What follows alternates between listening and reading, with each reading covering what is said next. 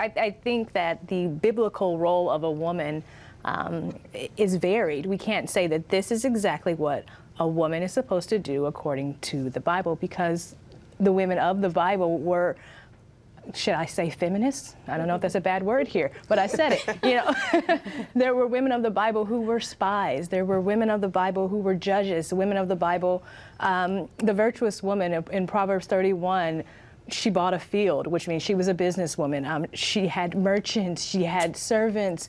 So I don't think that we can say, this is what a woman is supposed to do, and this is the role according to the Bible, because there are various roles.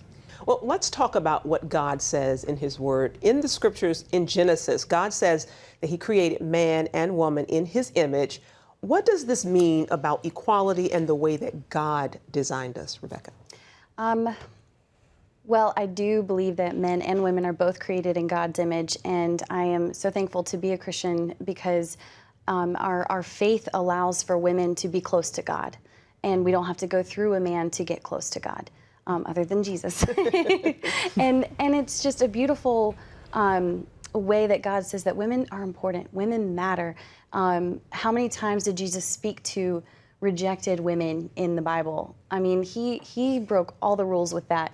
And so I think in regards to maybe a biblical femininity and biblical roles, I think if a woman is married, then it's very important for her to follow standards set in place of what Jesus said a marriage is supposed to be, to work with her husband on this, you know, who will stay home, who will go, if they have children.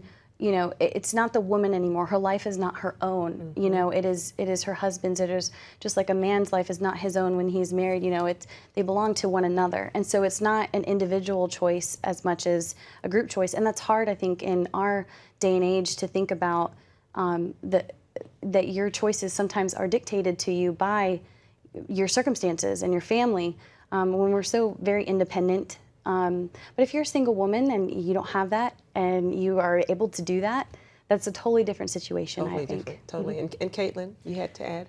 I think that women need to stop looking at their role, whether it's in a marriage or in combat, as a supporting role and making themselves, you know, the victim of inequality.